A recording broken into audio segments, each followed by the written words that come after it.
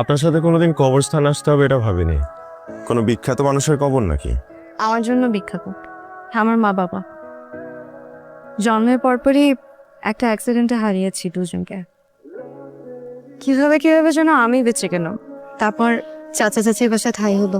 খুব ছোটবেলায় হারিয়েছি মা বাবাকে। এই শূন্যতা, এই কষ্ট কি যে ভয়ঙ্কর। তখন থেকে সপ্তাহে একবার হলেও এখানে আসি, মা বাবার কবরের সামনে দাঁড়িয়ে থাকে। মনে হয় তারা আমার পাশেই আছে, আমাকে দেখে রাখছে। আমাদের বাবা মারা সারা জীবন থাকবে না, এটাই বাস্তব। এটা মেনে নিতে হবে আমাদের। যেমন করে আমার বাবা, আমি যখন খুব ছোট তখন আমার বাবা মারা যায়। এরপর আমার মা আমাদের তিনজনকে অনেক কষ্টে মানুষ করেছে। আমাদের নিয়ে এত অস্থির হয়ে থাকা সেই মানুষটাকে আসলে খুব সহজে না করতে পারি না। যে মানুষটা সারা জীবন আমাদের জন্য এত কষ্ট করেছে সেই মানুষটাকে কোনো কিছুর মূল্যে কষ্ট দিতে চাই না। কত লাকি আপনি, তাই না, মাকে পাশে পেয়ে। আর আমার ক্ষেত্রে দেখুন, দুজনের প্রিয়।